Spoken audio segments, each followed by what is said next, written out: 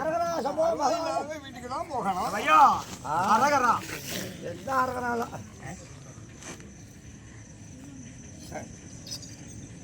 டேய் குண்டோதரா, ஏன் சுவாமி? சுவாமின்னு அழகா சொல்லுங்க. என்ன சுவாமி? என்ன செய்து கொண்டிருக்கிறாய்? உன்னை வணங்குறேன். ஓ, தெய்வ வழிபாட்டிலே ஈடுபட்டு கொண்டிருக்கிறாயா? தெய்வ வழிபாடு என்பது இப்படித்தான் செய்ய வேண்டுமா?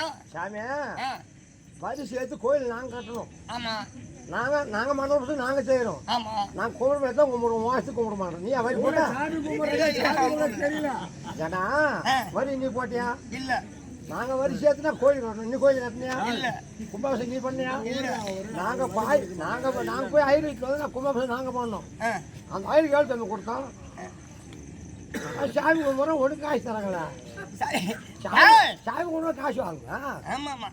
நாங்க எவ்வளோ நாங்க பிடித்தா சாமி 26ல இருந்து மாநில மக்கள் யாவத்தமான வேறுகளை உன்னை பார்த்தே வழிபடட்டும். கூழ் நாங்க ஊத்துறோம். நாங்க இப்படிதான் கும்பிடுவோம். சரி கும்பிடுற. உன்னை யார் வேணான்னு சொல்றேன். பாத தரிசனம் சாப விமோச்சனம்.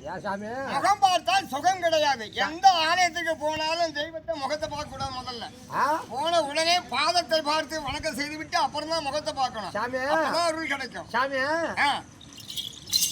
கும்பிடுறேன். ஆமா, ஏன் மூஞ்சி ஒன்று தேய்த்தா தெரியலப்பா. ஓ மூஞ்சி தேய்த்தா இல்லையே. இப்ப நன்றாக தெரிகிறது.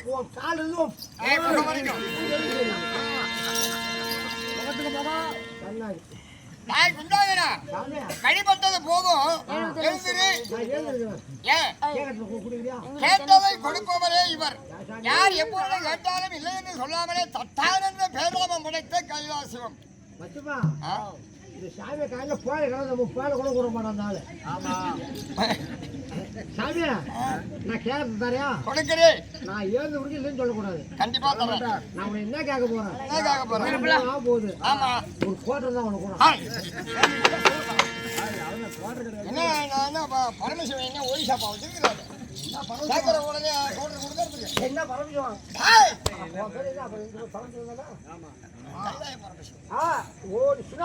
இல்லையா? ஏடு தந்தா நடி இல்லையிலே ஏடு தந்தா நடி இல்லையிலே அதை பாட வந்தேன் உந்தன் எல்லையிலே அதை பாட வந்தேன் உந்தன் எல்லையிலே ஏடு தந்தா நடி இல்லையிலே.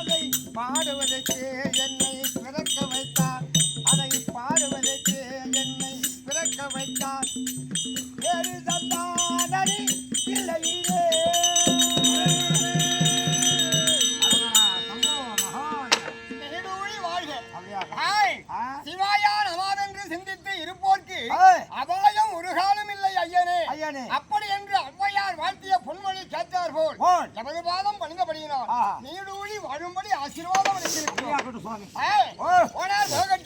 ஆக்கல் அழித்தல் படைத்தல். ஆக்கல் அழித்தல் படைத்தல். நாரணன் நாரணன் காரணன். நாரணன் நாரணன் காரணன். பிரம்மா விஷ்ணு சிவன். பிரம்மா ஊத்ரா விஷ்ணு குடிக்கிறான். என்ன ஊர்ல? பிரம்மா யாரு, சிவன் யாரு, விஷ்ணு யாரு? பிரம்மா விஷ்ணுனா பிள்ளை அப்பா. அப்பனும் பிள்ளையும் குடிக்கிறாங்க. நானே மோகன் குடிக்கல. உங்க வீட்லயா? என் சின்னமோ நானும் குடிக்கலாம். பரவாயில்லையே. அவர் ஓட்டு கம்மியாகி போய் அடிச்சிடுவோம். அப்படியே கட்டின ஆள் கட்டினா கட்டிங்க கட்டாரு. பரவாயில்லையே, நல்லது ஒரு குடும்பம். ஏன் சாமி நாமளும் வாங்கி கொடுக்கலாம். பிள்ளை எப்படி ஆத்துப்பா கேட்பான். நான் தான் காலி பள்ளிக்கூடம் சேர்த்தோம். அவனுக்கு கேட்ட சேர்த்தோம். இல்லை நோட்டு புக் வாங்கி கொடுத்தான். அவனுக்கு வாங்கி கொடுத்தான். பேரா பேசுறது வாங்கி கொடுத்தான். அவனுக்கு வாங்கி கொடுத்தான். இல்லப்பா அவர் துணிமணி எடுத்து கொடுத்தான். அவனுக்கு வாங்கி கொடுத்தான். அது மாதிரி கேட்கத்தான் வாங்கி தரும் கோட்டை. சரி, அது உங்க சௌரியம். எப்படி சொல்லும்படியாக உலகில் உள்ள ஜீவராசிகள் இருக்கிறது. யானை முதல் எறும்புகளை 84 லட்சம் ஜீவ வேதங்களுக்கும் கல்லுக்குள் இருக்கும்படியான சிசுவுக்கும் கற்பத்திலே இருக்கும்படியான சிசுவுக்கும் இவர்தான் ஜீவநாயகன்.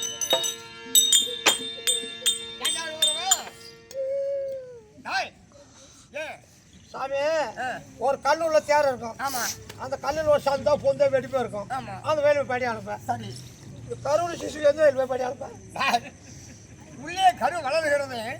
அதுக்கு தொப்புள் கொடி உறவுன்னு ஒண்ணு இருக்கு. அந்த தாய் உடலுக்கும் அந்த தொப்புள் கொடி உறவுக்கும் ஒரு சொந்தம் ஒன்று உண்டு. தாய் உண்ண முடியாத உணவுகளில் எல்லாம் தொப்புள் கொடி உறவு உறவு. இப்போ ஒரு பார்த்தேன், தொப்புள் ஒரு சின்ன பையன் வந்து போட்டான். தொப்புள் ஒரு உறவு தானே அது. ஒரு மாலை போட்டது அந்த உறவு தான் அந்த உட்டுமுதிய பத்தியா. அதன் மூலமாக அந்த உமிழ்நீர் எல்லாம் அந்த வழியாக சென்று அந்த ஜீவனுக்கு அது உயிர் காக்குகிறது. என்னடா கேட்கறது பட்டினி கேளு.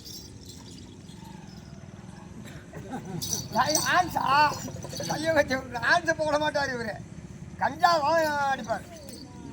கூட்டாம ஒன்றும் தெரியாது. ஏன் ஒரு நாளைக்கு போற, ஒரு நாள் ரசம், ஒரு நாள் சாம்பார், ஒரு நாள் கறிக்கம் வச்சு கொடுத்து அந்த தேனி அறிவில்லாதவனே. அந்த கஞ்சி இல்ல, கஞ்சா போதவஸ்தை. நான் சாப்பிட்றத வச்சுதான் ஊர் உலகத்துல எல்லாம் சாப்பிட்றோம். கஞ்சா குடி அப்படி சொல்லும்படியான ஜீவன் நாயகரா இருந்தாலுமே கூட கைலாயத்தின் கடிலேயே அப்பரார் சுந்தரார் மாணிக்க வாசகர் திருஞான சம்பந்தர் 4 அடியார்களும் எப்பொழுது கைலாயத்திலே சிவபெருமான் தோன்றுவார், எப்பொழுது நமக்கெல்லாம் அருளாசி வழங்குவார் அப்படி என்று எதிர்பார்த்த வண்ணமாக இருக்க 63 நாயன்மார்களும் சாரையாக அமர்ந்து சிவாயா நமாவென்று நம்மையோ சிந்தித்த வண்ணமாக இருக்க அவர்களுக்கெல்லாம் வந்தேன் வந்தேன் என்று அருளாசி வழங்க வேண்டி ரிஷபா வாகனத்திலே அமர்ந்து உமையவளை இடபாகத்திலே தரித்து ஆசீர்வாதம் கொடுத்து அவர்களை காவந்து செய்து வரக்கூடிய கைலாய சங்கரன்